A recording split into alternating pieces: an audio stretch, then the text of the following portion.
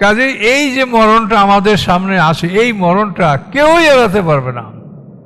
এই মরণটা ফেরেশতারাও এড়াতে পারবে না। ফেরেশতারাও তো মরবে, সিংহার ফুৎকারের শেষ ভাগে ফেরেশতারাও মরবে। কাজে কেউ অমর না। এখানে কিন্তু অনেকে এইটা ভুল বোঝেন এবং ঈসা আসলাম বা খিজির আসলামকে অমর মনে করেন। খিজির আসলাম আবে হায়াতের পানি পান করেছে, এই জন্য সে মরে না। এই সমস্ত কথা আমরা শুনি, এগুলো কিন্তু কাল্পনিক কথা। আবে হায়াত বলতে কিছু নাই। আপনারা অনেক মানে পুঁথি পুস্তকে শুনবেন যে খিজির আসলাম আবে হায়াতের পানি খাইছে, ওই কুয়ার পানি খাইলে সে মরে না। আবার আমরা জানি এই যে সুলাইমান আসলামের আংটি, এইটার সাথে সিংহাসন ছিল, এইটার রুসিলে সুলাইমান আসলাম রাজত্ব করছে সারা পৃথিবীর বাসে, এটা একটা ভুয়া কথা।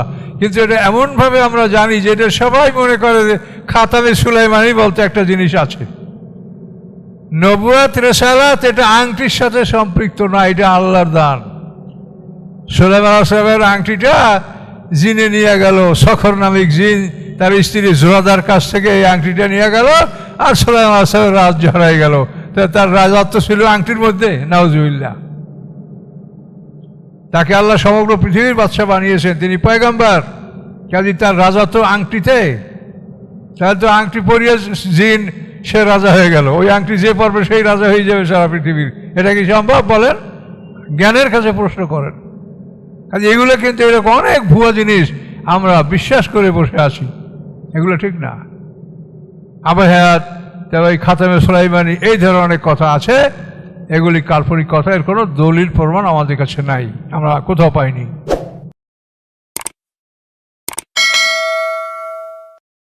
আসসালামু আলাইকুম। সম্মানিত সুধীমণ্ডলী, আমরা সূরা আম্বিয়া থেকে ধারাবাহিক আলোচনা শুরু করব এখন ইনশাআল্লাহ। আউযু বিল্লাহি মিনাশ শাইতানির রাজীম। বিসমিল্লাহির রহমানির রহিম। লিন-নাসি হিসাবুহুম ওয়া হুম ফি গাফলাতিন মুরিদুন। আল্লাহ তাআলা বলেন, নিকটবর্তী হয়েছে মানুষের জন্য তাদের হিসাব, অথচ তারা অবহেলা করে মুখ ফিরিয়ে রেখেছে। যে আমরা যে জগতে আসি, এই জায়গাতে 24 ঘন্টা একটা দিন, কিন্তু এই জগতের সীমানাটা পার হলেই 1000 বছরের সমান একটা দিন। এটা পরিষ্কার করে বলা আছে, ওয়াইন্না ইয়াওমান ইনদা রাব্বিকা কা আলফি সানাতে মিম্মা তাউদ্দুন। আমাদের এই পৃথিবীর সীমানাটা পার হলেই ফেরেশতারা যে জগৎ অতিক্রম করে, আল্লাহ তাআলা তার সিংহাসন যে অঞ্চলে অবস্থিত, এগুলি সব 1000 বছরের সমান একটা দিন। তো সেই হিসেবে মুহাম্মদ সাল্লাল্লাহু আলাইহি ওয়াসাল্লাম দুনিয়াতে আসেন এখন মাত্র 2000 বছরও পুরো হয় নাই, কিছু বাকি আছে। তাহলে 1.5 দিনও হয় নাই। এত বড় একটা অনুষ্ঠান, যেটা 50,000 বছরের সমান একটা দিনের বিচার হবে, এই দিনটা আসতে যদি 3 দিন আগে বলা হয় যে নিকটতম হয়েছে, বা 1 সপ্তাহ আগেও যদি বলা হয় যে নিকটতম হয়েছে, এটা কিছু মানে অতিরিক্ত কিছু বলা হয়নি, ঠিকই আছে। তো এই জন্য পৃথিবীর এখন 1000 বছর পার হওয়ার অর্থ হলো অন্য জগৎ হিসেবে আমাদের 1.5 দিন আমরা অতিক্রম করেছি। এই জন্য আল্লাহ বলেন, ইকতারাবা, নিকটবর্তী হয়েছে মানুষের জন্য তাদের হিসাব, অথচ তারা অবহেলা করে মুখ ফিরিয়ে রেখেছে। এই হিসাবের জন্য তারা কোনো প্রস্তুতি গ্রহণ করছে না, চিন্তা করছে না। আল্লাহ বলেন, মা ইয়াতিহিম মিন যিকরিম মির রাব্বিহিম, আসে না তাদের কাছে কোনো উপদেশ তাদের রবের পক্ষ হতে, মুহদাসের নূতন, ইল্লাস্তামাহু, ব্যতীত যে তারা হুয়া শুনে, কিন্তু শোনার পরে হুম ইয়ালাবুন, তা নিয়ে তারা খেল তামাশা করে। আল্লাহ রাসূল তেলাওয়াত করেন, পাঠ করেন, তারা শোনে, কিন্তু শোনার পরে আমল করে না, গ্রহণ করে না, মূল্যায়ন করে না, খেল তামাশা করে। এরও মক্কার মুশরিকদের স্বভাব বলা হয়েছে। লাহিয়াতান কুলুবহুম, তাদের অন্তরগুলি গাফেল, অমনোযোগী। ওয়াসারুন নাজওয়া, তারা গোপনে পরামর্শ করে। আল্লাযিনা যালামু, কারা? যারা জালিম, অত্যাচারী। জালিম, কাফের, ফাসিক একই। এই জালেমরা গোপনে পরামর্শ করে এবং বলে, হাল হাযা ইল্লা বাশারুম মিসলুকুম, এই লোক তোমাদের মতো একজন মানুষ ছাড়া আর কিছু নয়। মুহাম্মদ সাল্লাল্লাহু আলাইহি ওয়াসাল্লামকে বলছে, হাল হাযা ইল্লা বাশারুম মিসলুকুম, এই লোক তোমাদের মতো একজন মানুষ ছাড়া আর কিছু নয়। আফা তা'তুনা সিহরা ওয়া আনতুম তুবসিরুন, তোমরা দেখে শুনে কি জাদুর কাছে আসবে? তো মুহাম্মদ সাল্লাল্লাহু আলাইহি ওয়াসাল্লাম তাদের মতো মানুষ, আমাদের মতো মানুষ, এটা তো কোরআনেই বলা আছে। কুল ইন্নামা আনা বাশারুম মিসলুকুম, আপনি বলেন যে আমি তোমাদের মতোই মানুষ, কিন্তু ইউহা ইলাইয়া, আমার কাছে ওহী আসে, তোমাদের কাছে আসে না। এই ওহী আসার কারণে আমি তোমাদের থেকে ব্যতিক্রম, আমি রাসূল, এতটুকু ব্যবধান। কিন্তু আমাদের মতোই তিনি মানুষ। তিনি মায়ের পেটে হয়েছেন, পিতার ঔরসে হয়েছেন, তিনি খাদ্য গ্রহণ করেন, তিনি বিবাহ করেছেন, তার সন্তান ভূমিষ্ঠ হয়েছে, তিনি সর্বদিক থেকে আমাদের মতো। তিনি হাটে যান, বাজারে যান, সব কিছু আমাদের মতোই তিনি করেন। তিনি মানুষ, কিন্তু ব্যবধান আছে যে তিনি রাসূল, আল্লাহর পক্ষ থেকে তিনি ওহী লাভ করেন। তো ওরা বলে যে তোমরা দেখে শুনে তোমাদের মতো একটা মানুষকে তোমরা অনুকরণ করবে। পয়গম্বর বললেন, ক্বালা রাব্বি ইয়ালামুল কাওলা ফিস সামাই ওয়াল আরদ, পয়গম্বর বললেন যে আমার রব জানেন সমস্ত কথা যা আকাশে পৃথিবীতে আছে। আকাশ পৃথিবীতে যত রকমের কথা হচ্ছে আমার রব সব জানেন। ওয়াস সামিউল আলিম, তিনি সব কিছু শোনেন, সব কিছু সম্পর্কে তিনি অবহিত, জানেন, তিনি সব শোনেন, সব জানেন।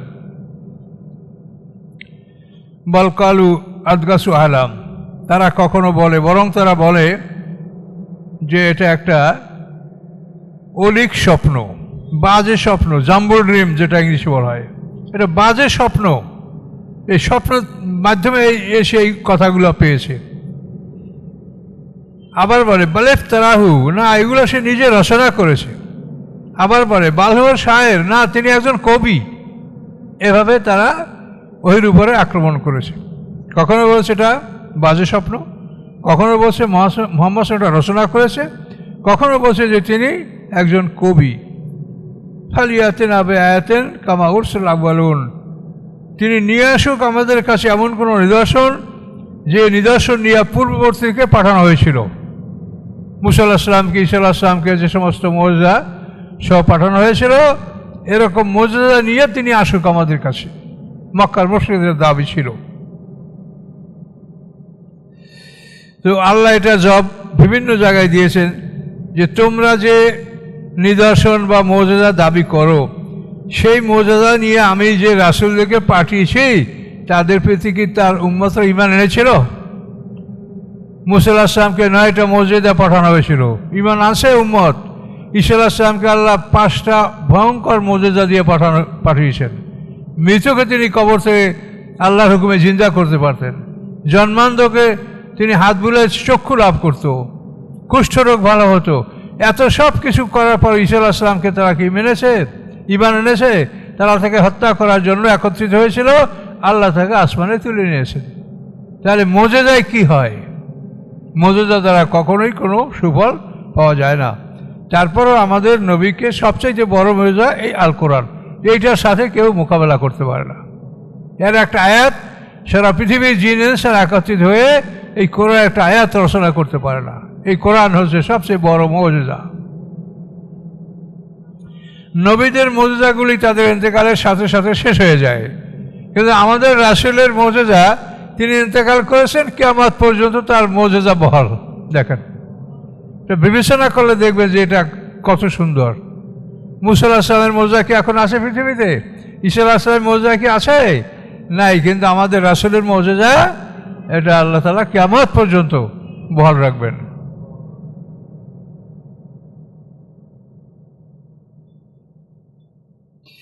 মা আমানাত কাবলাহুম মিন কারিয়াতিন আহলাকনাহা, আল্লাহ বলেন ইতিপূর্বে আমি যত জনপদ ধ্বংস করেছি তারা ঈমান আনে নাই।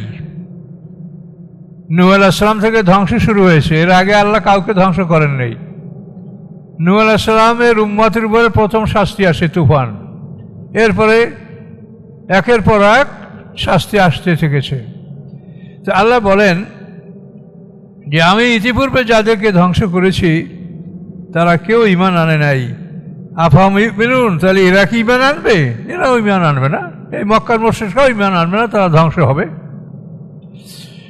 ওমা আরসালনা ক্বাবলাকা ইল্লা রিজালান নূহি ইলাইহিম, আল্লাহ বলেন আপনার পূর্বে আমি ওহী পাঠিয়েছি পুরুষদের কাছে, কোনো নবীকে কোনো নারীকে আমি নবী বানাইনি, কোনো নারীর কাছে আমি নবুয়তের ওহী পাঠাইনি। ওহী কিন্তু কত বিভিন্ন ধরনের আছে, যেমন আওহা ইলান নাহলে, আল্লাহ বলেন তিনি মৌমাছির কাছে ওহী করলেন কি, আনিত্তিখাজি মিনাল জিবালি বুয়ুতা, যে তুমি পাহাড়ে ঘর বানাও, অমিম্মা ইয়ারিশুন, এবং উঁচু উঁচু স্থাপনায় তুমি তোমার বাড়ি নির্মাণ করো।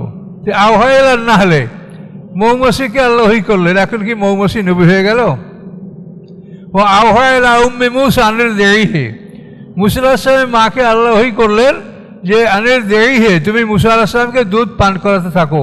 ফায়জা খেপতে আলাইহে ফালকি ফিলাম, যখন তুমি তার উপরে ভয় করবে তখন তুমি তাকে দরিয়ায় নিক্ষেপ করে দাও। এই ওহীগুলি হচ্ছে পরামর্শ এবং কোনো একটা বিষয়ে তাকে ইঙ্গিত দেওয়া, এগুলি নবুয়তের ওহী নয়। নবুয়তের ওহী হলো যেটা নবীরা লিখিতভাবে পাবেন অথবা আমাদের রাসূল যেভাবে পেয়েছেন সাথে সাথে লেখার ব্যবস্থা করা হয়েছে, এগুলি হলো নবুয়তের ওহী। তা আল্লাহ বলেন আমি আপনার পূর্বে পুরুষ ছাড়া আমি কারো কাছে ওহী পাঠাই নেই, কাউকে আমি রসুল বানাই নেই। নূহি ইলাইহিম, আমি তাদের কাছে ওহী পাঠিয়েছি। ফাসআলু আহলা যিকরে, তোমরা আহলা যিকর, যিকর মানে আসমানি কিতাব, আসমানি কিতাবের অধিকারীদের কাছে তোমরা জিজ্ঞাসা করে দেখো, ইন কুনতুম লা তা'লামুন, যদি তোমরা না জানো। আহলা যিকির, আহলুল কিতাব মানে জিকির মানে আসমানি কিতাব, আসমানি কিতাবের অধিকারী যারা, অর্থাৎ পূর্ববর্তী আলেম ওলামা, ইহুদি খ্রিস্টানদের যে বড় বড় আলেম আল্লাহ হোসেন, তাদেরকেও জিজ্ঞাসা করতে পারো যদি তোমরা না জানো যে আমি এই কথাগুলো যা বলেছি এই কথাগুলো চিরন্তন চিরসত্য, এটা তোমরা অন্য আলেমদের কাছেও জিজ্ঞাসা করতে পারো, তারাও এটা স্বীকার করবে। ফাসআলু আহলা যিকরি ইন কুনতুম লা তা'লামুন। এখানে এই কথাটা এখন কমন যে তোমরা না জানলে যারা আহলুল যিকর অর্থাৎ আহলুল কোরআন, আহলুল ওহী, তাদের কাছে তোমরা জিজ্ঞাসা করে নাও। না জানলে তুমি নিজেই মতামত দিও না, নিজেই ফতুয়া দিতে কল্পনা ভিত্তিক কথা বলতে শুরু করো না। যারা জানে তাদের কাছে জিজ্ঞাসা করে তুমি নিশ্চিত হয়ে তারপর বলো। অন্য হাতে বলেছে ওয়ালা তাকফু মা লাইসা লাকা বিইলম, যে বিষয়ে তোমার জ্ঞান নাই সে বিষয়ে তুমি হস্তক্ষেপ করো না। ইন্না সামা ওয়াল বাসারা ওয়াল ফুয়াদা কুল্লুন উলাইকা কানা আনহু মাসউলা, সামা তোমার কান শ্রবণ শক্তি, বাসারা তোমার দৃষ্টিশক্তি, ওয়াল ফুয়াদা তোমার অন্তর, কুল্লুন উলাইকা আনহু কানা মাসউলা, এই প্রত্যেকটাকেই জিজ্ঞাসা করা হবে। কাজে এগুলির তুমি অপব্যবহার করো না, এগুলি আল্লাহর কাছে আমরা বিক্রি করেছি, আল্লাহ আমাদেরকে দান করেছেন। আবার জান্নাতের বিনিময়ে আমরা আমাদের অঙ্গ প্রত্যঙ্গ, দেহ, মন, ধন সম্পদ আল্লাহর কাছে বিক্রি করে আমরা গোলাম। কাজে এগুলি আল্লাহর হুকুমের বাইরে আমরা যেন ব্যবহার না করি। প্রত্যেকটা অঙ্গ প্রত্যঙ্গ, জিহ্বা আল্লাহর দান, এই জিহ্বা দ্বারা আমরা অনর্থক কথা যেন আমরা না বলি, মহাবিপদ হবে। পৃথিবীর বহু মানুষের নিজের জিহ্বার কারণে বিপদগ্রস্ত হবে। নামাজ পড়ছি ঠিকই, কিন্তু কথা এত বলে যে মানে কথা তার বন্ধই হচ্ছে না। এরকম অনেক নারীরাও আছে, অনেক পুরুষরাও আছে। এগুলি তাদের মারাত্মক ক্ষতি করবে। তার কারণ আল্লাহ কোরআনে বলছেন মা ইয়ালফিযু মিন কাওলিন ইল্লা লাদাইহি রাকিবুন আতীদ, উচ্চারণ করে না কোনো ধ্বনি, বলে না কোনো কথা, বরং ওই কথা লিপিবদ্ধ করার জন্য প্রস্তুত লেখক আমার পক্ষ থেকে নিয়োজিত আছে, কিরামান কাতিবিন। কাজে এই জন্য সব কথাই লেখা হলো। এখন ফজরের নামাজে মনে করেন আমরা 200 অক্ষর কোরআন, 200 শব্দ আমরা ব্যবহার করছি, কিন্তু ফজর থেকে জোহর পর্যন্ত আমি 10,000 কথা বললাম, তো মাপলে তখন কি হবে? আমার নেক হালকা হয়ে যাবে, বদামল ভারী হয়ে যাবে। কাজে এই জন্য জিহ্বা খুব সাবধানে কথা বলেন, অল্প কথা বলেন।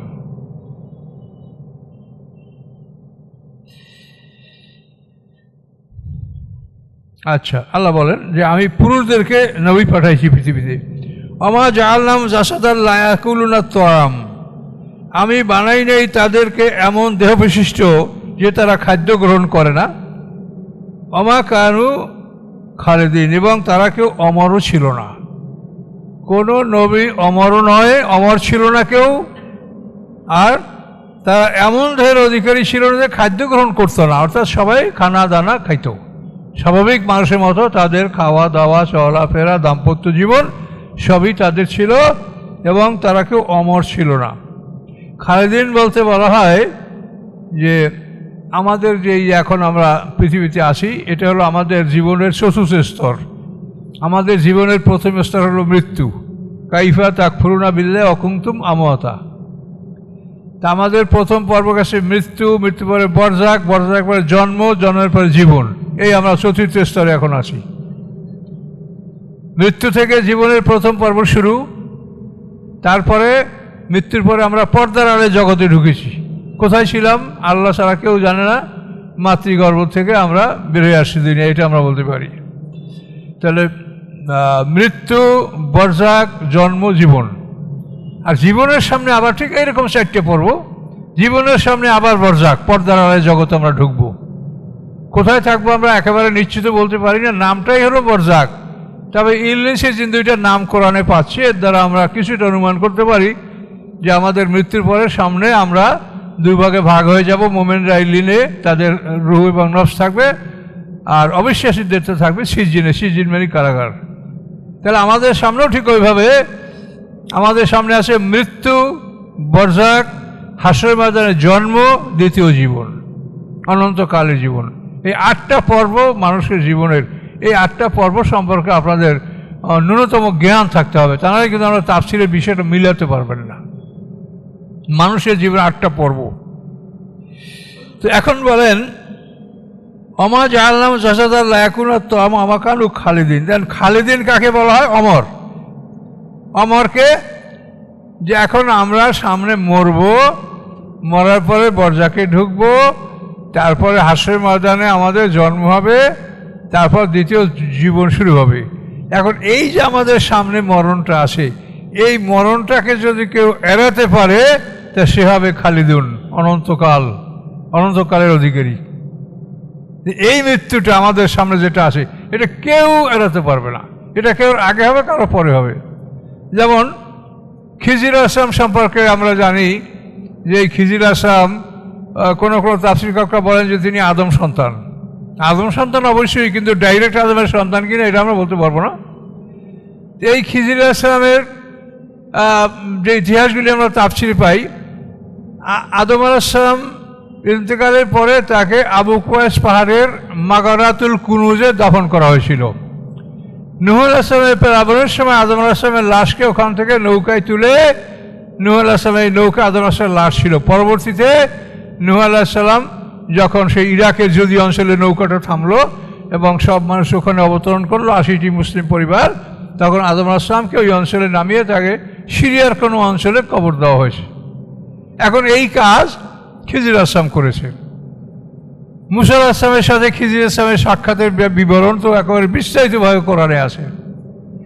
এখন এই খিজির আসলামের সামনে আরও কর্তব্য আছে। দাজ্জাল যখন আসবে, দাজ্জাল মদিনায় আক্রমণ করার চেষ্টা করবে, মদিনায় ঢোকার চেষ্টা করবে, তখন এই খিজির আসলাম তাকে খায়বারের রাস্তায় তাকে দাজ্জালকে বাধা দিবে, সে মদিনায় ঢুকতে পারবে না। তো এরপরেও এই খিজির আসলাম তিনি মারা যাবেন। ঈসা আলাইহিস সালাম আসবেন, তিনি মারা যান নাই, তিনিও মারা যাবেন। তো এই ঈসা আলাইহিস সালাম এবং খিজির আসলাম, আসহাবে কাহফ, এইভাবে যারা পৃথিবীতে এখনো মৃত্যুবরণ করেন নাই, তাদের সামনে মৃত্যু আছে।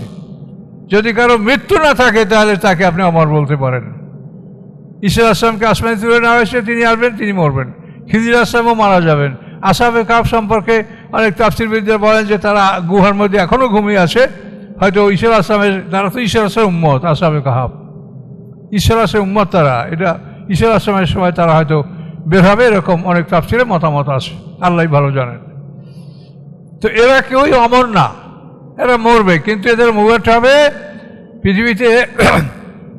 ঈসা আলাইহিস সালামের ইন্তেকালের পরে ধীরে ধীরে মানুষের ঈমান এমনভাবে কমতে শুরু করবে যে ঈমান আর বাড়বে না।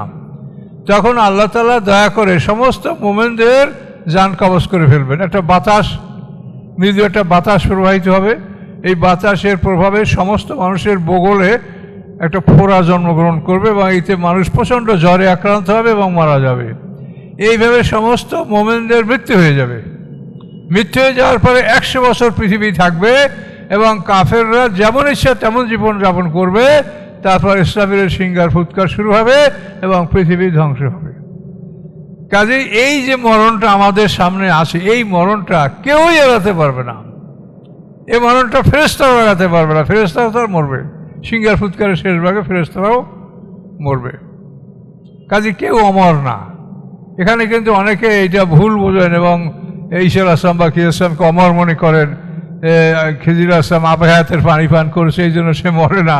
এই সমস্ত কথা আমরা শুনি, এগুলো কিন্তু কাল্পনিক কথা। আবে হায়াত বলতে কিছু নাই। আপনারা অনেক মানে পুঁথি পুস্তকে শুনবেন যে খিজির আলাইহিস সালাম আবে হায়াতের পানি খাইছে, ওই কুয়ার পানি খাইলে সে মরে না। আবার আমরা জানি এই যে সুলাইমান আলাইহিস সালামের আংটি, এইটার সাথে সিংহাসন ছিল, এইটা রুসিলে সুলাইমান আলাইহিস সালাম রাজত্ব করছে সারা পৃথিবীর বাসে, এটা একটা ভুয়া কথা। কিন্তু এটা এমনভাবে আমরা জানি যে এটা সবাই মনে করে যে খাতামে সুলাইমানি বলতে একটা জিনিস আছে। নবুয়াত রিসালাত এটা আংটির সাথে সম্পৃক্ত না, এটা আল্লাহর দান।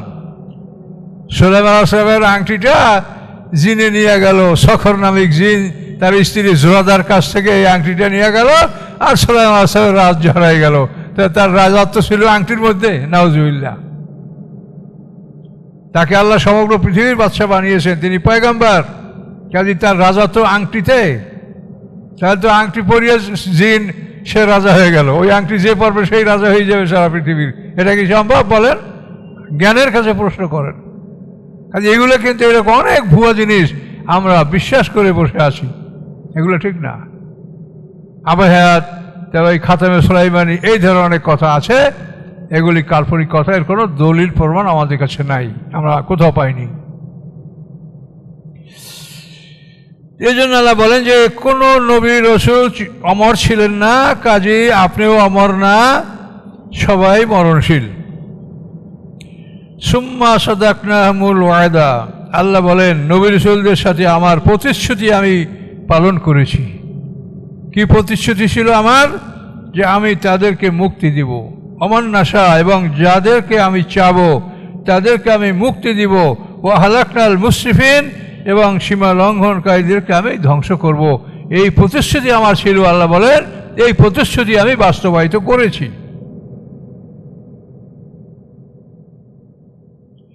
ওয়ালাকাদ আনজালনা ইলাইকুম কিতাবান ফিহি যিকরুকুম আফালা তাআকিলুন, অবশ্যই আমি নাযিল করেছি তোমাদের প্রতি কিতাব, সেই কিতাব হচ্ছে আল কোরআন। এই কিতাব নাযিল করেছি, ফিহি যিকরুকুম, এই কিতাবের মধ্যে রয়েছে তোমাদের উপদেশ। আফালা তাআকিলুন, তোমাদের কি জ্ঞান নাই?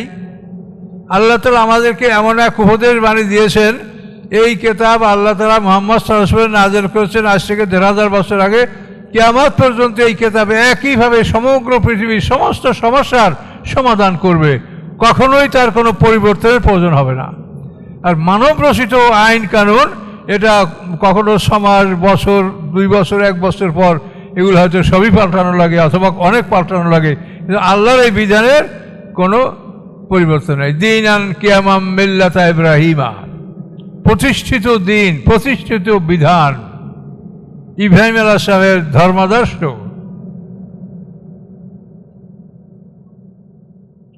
ইব্রাহিম আলাইহিস সালামকে এই জন্য বলা হয় যে আদম আলাইহিস সালাম থেকে নূহ আলাইহিস সালাম তো পৃথিবী একটা গতিতে চলছে এবং সমস্ত নবী রাসূলের আগমন মক্কা অঞ্চলে হয়েছে। নূহ আলাইহিস সালামের প্লাবনের পরে মুসলমান যে কটা ছিল তা তো নৌকা ছিল, এবং নৌকাটা থেমেছিল ইরাকের জুদি পাহাড়ে, ওয়াস্তাওয়াত আলাল জুদি, কোরআনের ভাষা। এই নূহ আলাইহিস সালাম থেকে ইব্রাহিম আলাইহিস সালাম পর্যন্ত মক্কা অঞ্চলে কোনো জনবসতি ছিল না, কাবাঘর ছিল না, কোনো হজ হয় নাই, কিচ্ছু না। এরপরে ইসমাঈল আলাইহিস সালাম জন্মগ্রহণ করার পরে মা হাজেরাকে সহ তাকে মক্কা অঞ্চলে ইব্রাহিম আলাইহিস সালাম নির্বাসন দিয়েছিলেন, বিরাট ঘটনা কোরআনে আসে। সেখান থেকে ইসমাঈল আলাইহিস সালামের মাধ্যমে জমজম কূপ সৃষ্টি হয়, এবং সেখানে মক্কায় জনবসতি শুরু হয়, আবাদ হয়। এরপরে ইসমাইল আলাইহিস সালাম বড় হলেন, বড় হওয়ার পরে সেখানে কোরবানির ঘটনা ঘটলো, তারপরে সেখানে কাবাঘর নির্মাণের ঘটনা সব কোরআনে বলা আছে। তাহলে ইব্রাহিম আলাইহিস সালাম থেকে একেবারে মনে হয় যেন নূতন করে আবার পৃথিবীর দিন ও শরিয়াত এটা ইব্রাহিম আলাইহিস সালাম থেকে শুরু হয়েছে। নূহ আলাইহিস সালাম পর্যন্ত যেটা ছিল সেটা সম্পূর্ণ বিধ্বস্ত হয়ে গেছিল। তারপরে ইব্রাহিম আলাইহিস সালাম থেকে নূতনভাবে এই সাফা মারা দৌড়ান কেন? মা সারা এই পাহাড়ে পানির জন্য দৌড়িয়েছে। কোরবানি কোথার থেকে আসলো? ইসমাইল আলাইহিস সালামকে ইব্রাহিম আলাইহিস সালাম এই যে সাবির পাহাড়, মসজিদে খায়েব যেখানে ওই কোরবানির জায়গা, ওখানে ইসমাইল আলাইহিস সালামকে তিনি কোরবানি করার জন্য নিয়ে গেছিলেন। পথে শয়তান তাকে 3 বার আক্রমণ করেছে, তিনি শয়তানকে 3 বার পাথর নিক্ষেপ করেছেন। সেই স্থানগুলিতে আমরা পাথর নিক্ষেপ করি, এটা ওয়াজিব। 10, 11, 12 এই 3 দিনের মধ্যে, অথবা কেউ ইচ্ছা করলে 13 তারিখ পর্যন্ত অবস্থান করে পাথর নিক্ষেপ করতে পারে। তাহলে ইব্রাহিম আলাইহিস সালামকে এই জন্য জাতির পিতা বলা হয়, এবং তিনি শরিয়াতের মানে আবার মনে হচ্ছে যেন নূতনভাবে প্রবর্তক। সব কিছুই ধ্বংসাবশেষ, এই ধ্বংসাবশেষগুলো তিনি নূতন করে কাবাঘর নির্মাণ করছেন, হজ এবং অন্যান্য বিভিন্ন বিধান আল্লাহ তাআলা তার মাধ্যমে আবার পৃথিবীতে বিস্তার করেছেন। আকাম কাসামনা মিন কারিয়াতিন, আল্লাহ বলেন কত ধ্বংস করেছি আমি জনপদ। বহু জনপদ আল্লাহ ধ্বংস করেছেন, তার মধ্যে বিখ্যাত কতগুলি তো আমরা জানি। নূহ আলাইহিস সালামের জনপদ, তারপরে লূত সম্প্রদায়, তারপরে নমরুদ সম্প্রদায়, ফিরআউন সম্প্রদায়, তারপরে আদ জাতি, সামুদ জাতি, অনেকগুলির ইতিহাস আমাদের কাছে আছে, সবগুলি নাই। তো আল্লাহ বলেন কত ধ্বংস করেছি আমি জনপদ, কানাত জলেমাতান, সেই জনপদের অধিবেশীরা ছিল অত্যাচারী। আংশানা বাদা কওমান আখারিন, এবং তাদের পরে আমি সৃষ্টি করেছি অন্য জাতি। কোনো একটা জাতিকে একেবারেই শেষ করে দেওয়া হয় নাই, কিছু না কিছু অবশিষ্ট ছিল। নূহ আলাইহিস সালাম সম্প্রদায় থেকে অন্তত 80টা পরিবার মুসলিম ছিল যারা নৌকর ছিল। ওইভাবে আদ জাতিরও কিছু অংশ অবশিষ্ট ছিল, সামুদ জাতিরও কিছু অংশ অবশিষ্ট ছিল। প্রত্যেকটা জাতির থেকেই কিছু অংশ অবশিষ্ট থাকে, তার দ্বারা আবার পৃথিবীতে নূতন বংশ বিস্তার হয়। সেই কথাটা আল্লাহ বলছেন অনশানা বাধা কওমান আখারিন, এই জাতিগুলি ধ্বংস করার পরে তাদের থেকে যে লোকগুলি অবশিষ্ট ছিল তার দ্বারা আমি আবার পৃথিবীতে নূতন জাতি সৃষ্টি করি, পৃথিবী আমি আবাদ করি।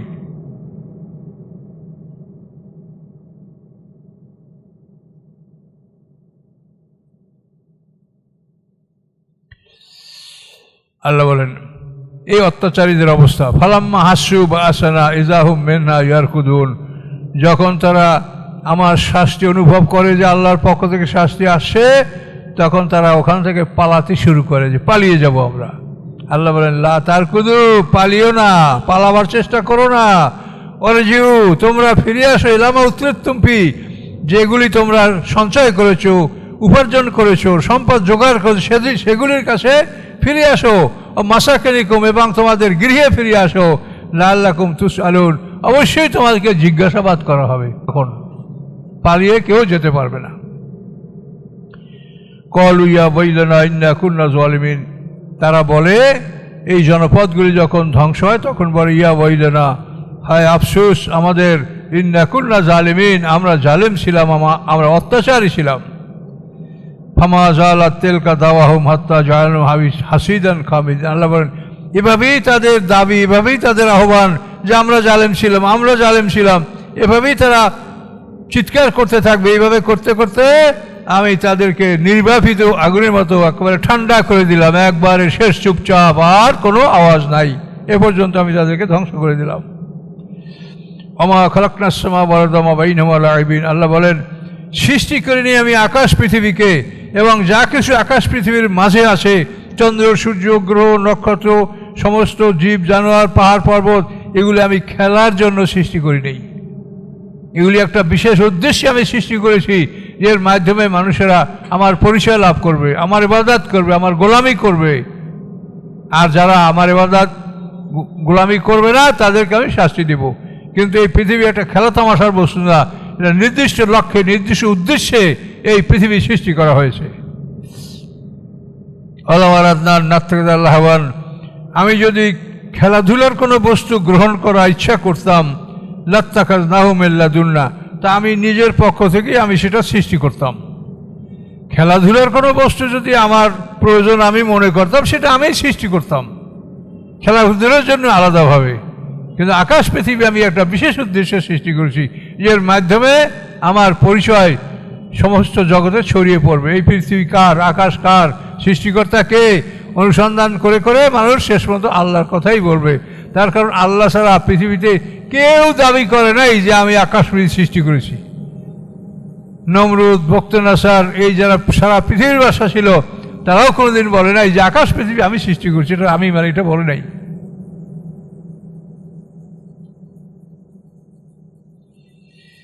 আল্লাহ বলেন, বাল নাকযিবু বিল হক আলাল বাতিল, বরং আমি নিক্ষেপ করি সত্যকে বাতিলের উপরে, ফায়াযমাগুহু, অথবা বাতিলের মগজ সে ঘুরিয়ে দেয়।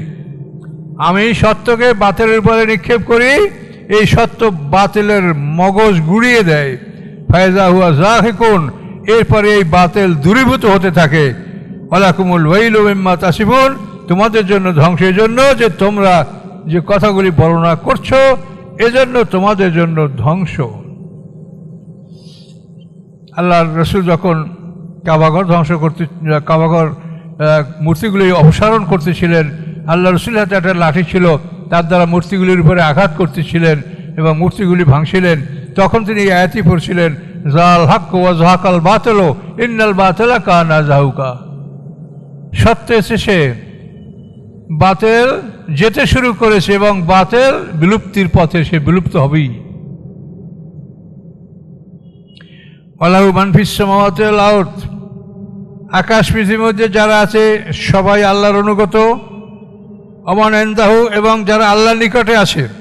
আকাশ পৃথিবীতে আমরা আছি, জীব জানোয়ার জীবজন্তু আছে, আর আল্লাহর কাছে আসে তার অগণিত ফেরেশতাগণ। আকাশ পৃথিবী এবং এর মাঝে যারা আছে তারা, এবং যারা আছে আল্লাহর নিকটে, লা ইস্তাকবিরুনা ইবাদাতি, আল্লাহর গোলামি করতে, ইবাদত করতে তারা কেউ অহংকার করে না। তারা সবাই স্বেচ্ছায় আল্লাহর আনুগত্য স্বীকার করে এবং তার ইবাদত করে। ওয়ালা ইস্তাহসিরুন, এবং তারা ক্লান্ত হয় না। এই যে ফেরেশতারা আল্লাহর ইবাদত করে দিবারাত্রি, যে যেখানে আছে সেভাবেই, কেউ দাঁড়িয়ে, কেউ বসে, কেউ রুকু দিয়া, কেউ সেজদায় পড়ে থেকে, কেউ তাশাহুদে আমরা বসি। আমরা নামাজে যতগুলো অবস্থান আমাদের আছে, এই প্রত্যেকটা অবস্থায় এক এক দল ফেরেশতা আল্লাহর ইবাদতে মগ্ন আছে, লিপ্ত আছে, তারা কেউ ক্লান্ত হয় না। ইউসাব্বিহুনাল লাইলা ওয়ান নাহার, তারা দিবারাত্রি আল্লাহর পবিত্রতা ঘোষণা করে। ওয়ালা ইয়াফতুরুন, কখনো তারা বন্ধ করে না। এই আল্লাহর ইবাদত কখনো তারা বন্ধ করে না। আমরা তো ইন্টারভিউ দিয়ে দিয়া নামাজ পড়ি, মাঝে মাঝে বিশ্রামে থাকি, কিন্তু ওরা বন্ধ করে না আল্লাহর ফেরেশতারা। আমাত্তাখাযু আলিহাতাম মিনাল আরদি হুম ইউনশিরুন, তারা কি পৃথিবী হতে এমন কোন ইলাহ গ্রহণ করেছে যে ইলাহ তাদেরকে হাসরের ময়দানে তুলবে, তাদের পরকাল ঘটাবে, পুনর্জীবন ঘটাবে? এরকম কোন ইলাহ কি পৃথিবীতে আছে এবং সেই ইলাহ কি তারা গ্রহণ করেছে? প্রশ্ন করেন। আল্লাহ বলেন, দেখো, লাউ কানা ফীহিমা আলিহাতুন ইল্লাল্লাহ, এই আকাশ পৃথিবীর মধ্যে আল্লাহ ছাড়া অন্য কোনো ইলাহ যদি থাকতো, লা ফাসাদাতা, তাহলে আকাশ পৃথিবী দুটোই ধ্বংস হয়ে যেত। দুই খোদায় লড়াই হইতো, তখন এই আকাশ পৃথিবী সম্পূর্ণ বিধ্বস্ত হয়ে যেত। কিন্তু আকাশ পৃথিবীতে কোনো ক্ষতি আমরা দেখতে পাচ্ছি না।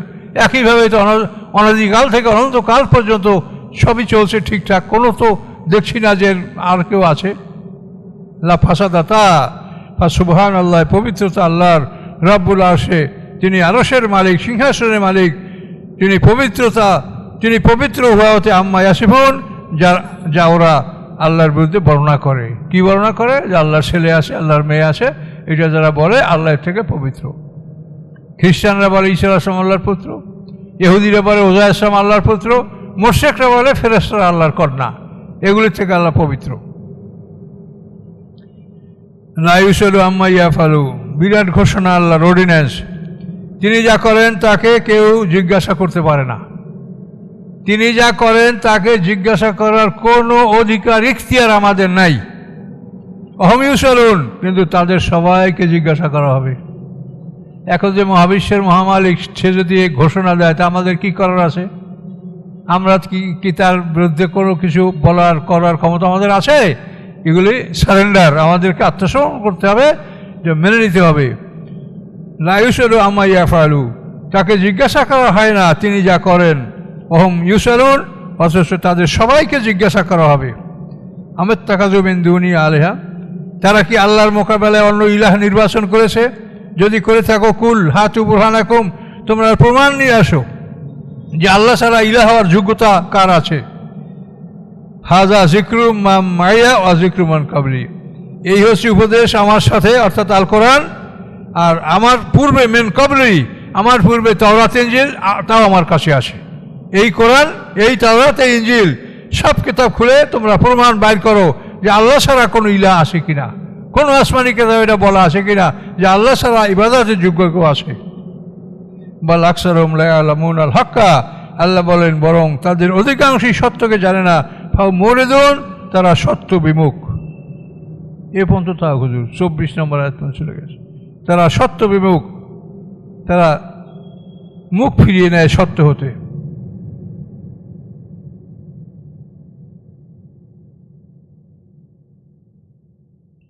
না যাবো রুকুতে, আরো 4-5টা আয়াত আছে, যাবো আর একটু 4-5টা আয়াত আছে রুকু।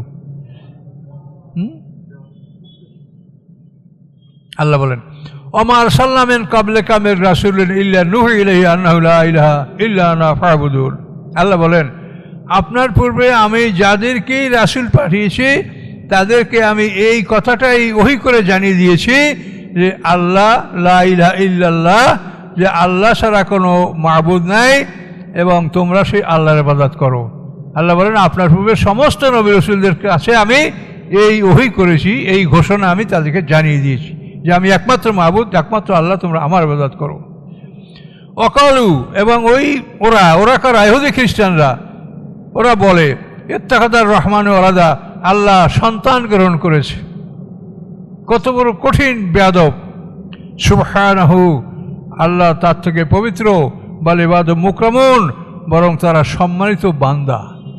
তোমরা যাদেরকে আল্লাহর পুত্র বলো তারা আল্লাহর ছেলে না, তারা সম্মানিত আল্লাহর গোলাম। মুসা আলাইহিস সালাম 100 বছর পর্যন্ত বাইতুল মুকাদ্দাসের আশায় ঘুমিয়েছিল। 100 বছর পরে তাকে আল্লাহ জীবিত করেছেন, এই জন্য যে ওরা আল্লাহর পুত্র। নাউজুবিল্লাহ। আল্লাহ বলেন তারা আল্লাহর পুত্র নয়, ইবাদু মুকরামুন, তারা সম্মানিত বান্দা আল্লাহর। ঈসা আলাইহিস সালাম, মুসা আলাইহিস সালাম, এভাবে এরা সম্মানিত বান্দা। লা ইয়াসবিকুনা বিল কওলি, তারা আল্লাহর সামনে কোনো কথা বলেন না। ওয়াহুম বিআমরিহি ইয়ামালুন, বরং তারা আল্লাহর আদেশগুলি পালন করেন, কিন্তু আল্লাহর সামনে তারা কোনো কথা বলেন না যে এইটা দেন ওইটা দেন, তারা এটা কিচ্ছু বলেন না। শুধু আল্লাহ কি বলেন এই আদেশ তারা পালন করেন। আল্লাহর সামনে তারা কোনো কথা বলেন না, বরং আল্লাহর আদেশগুলি শুধু তারা পালন করেন। ইয়ালামু মা বাইনা আইদিহিম ওয়া মা খালফাহুম, আল্লাহ জানেন যা তাদের সামনে আছে তাদের পিছনে আছে। সামনে হলো আমরা যে সামনে যে আমলটা আমরা পাঠাচ্ছি দৈনিক, আর পিছনে দুনিয়াতে আমরা যে আমলটা অবশ্যই রেখে যাচ্ছি, এটা কি করছি আমরা সব আল্লাহ জানেন। আল্লাহ বলেন ওমা খালফাহুম ওয়ালা ইয়াশফাউনা ইল্লা লিমান ইরতাদা, এবং আল্লাহর কাছে শাফাত করতে পারবে না কেউ সে ব্যতীত যার প্রতি আল্লাহ তাআলা সন্তুষ্ট। যার প্রতি আল্লাহ তাআলা সন্তুষ্ট সেই আল্লাহর কাছে শাফাত করার অধিকার লাভ করবে, এছাড়া আর কেউ না। ওহুম মিন খাশিয়াতি মুশফিকুন, এবং সবাই আল্লাহর ভয়ে ভীত থাকবে, কেউ নিজের পক্ষ থেকে কোনো কথা বলবে না।